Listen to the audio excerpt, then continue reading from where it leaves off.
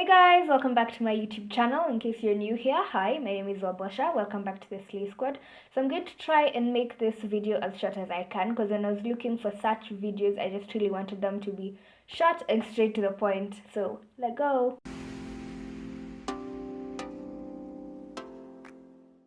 As you guys can see from the thumbnail, my edges were a hot mess, and after making the video where I did the whole hashtag bring back Wabosha's edges, some people were like, oh, but it's not that bad. You guys, it was that bad. I just was good at hiding it, and I figured out some little tricks and tips for making it look like my edges were a bit fuller. But you guys, the edges were bad, they were gone. And if you ask me what caused it, I can say it's definitely crochet braids.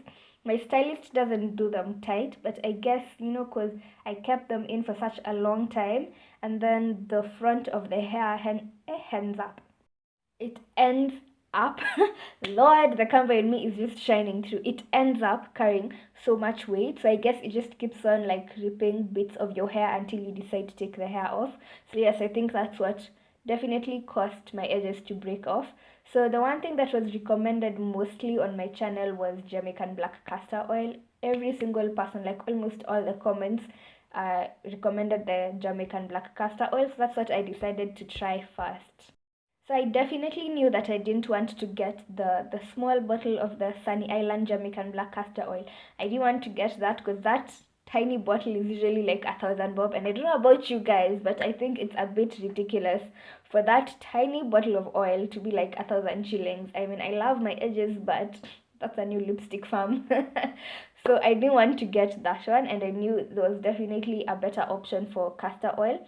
So I talked to my friend Mike. Mike is this guy in our class who has dreads, and he takes such good care of them, and he told me to go to Jamia Mall. He told me a stall, I think G14 or something like that. I'll put it somewhere on the screen or on the description box if I've gotten it wrong. So I went there, and the shop is like a natural hair haven, and it has so many nice natural stuff that you like can be looking for. You'll definitely find it there. They even sell like the natural peanut butter and stuff. Anyway, I'm digressing. So that is why I went to get my Jamaican black castor oil, and this is how it looks like. It's just written black castor oil, and it's by Amalia. So here's where I got it from that Jamia Mall shop, and it was, I think, 350 shillings, which for me, like, it's about the same amount for way less money, and it clearly did work. So don't feel like you need to get an overly expensive black castor oil. Any black castor oil will work on the edges.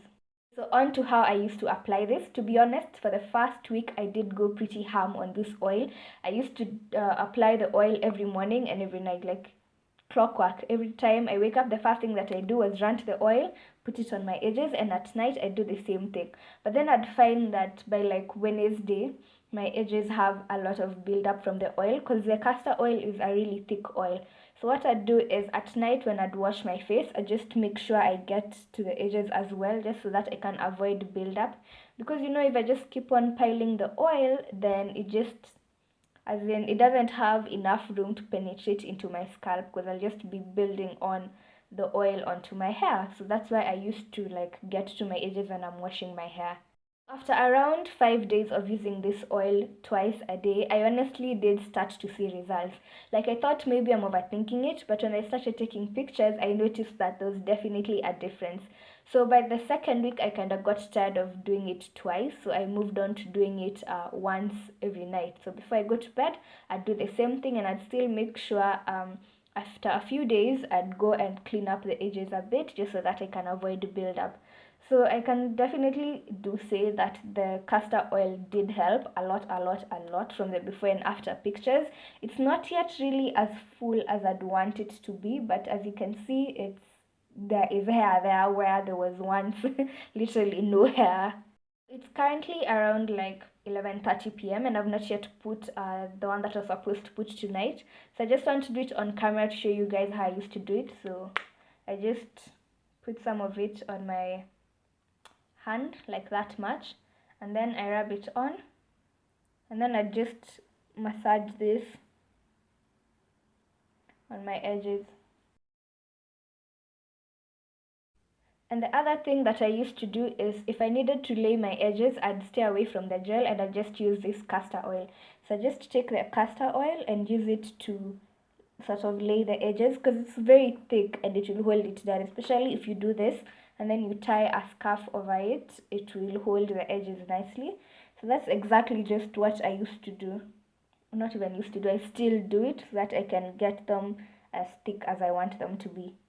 To give you guys like a quick side view of how the edges look right now, this was the worst side. Like, I swear there was no hair on this side, and as you can see, as in I can even literally like grip on the hair. So it did grow in 1 month quite a bit, and I'm actually pretty satisfied with where it's at right now.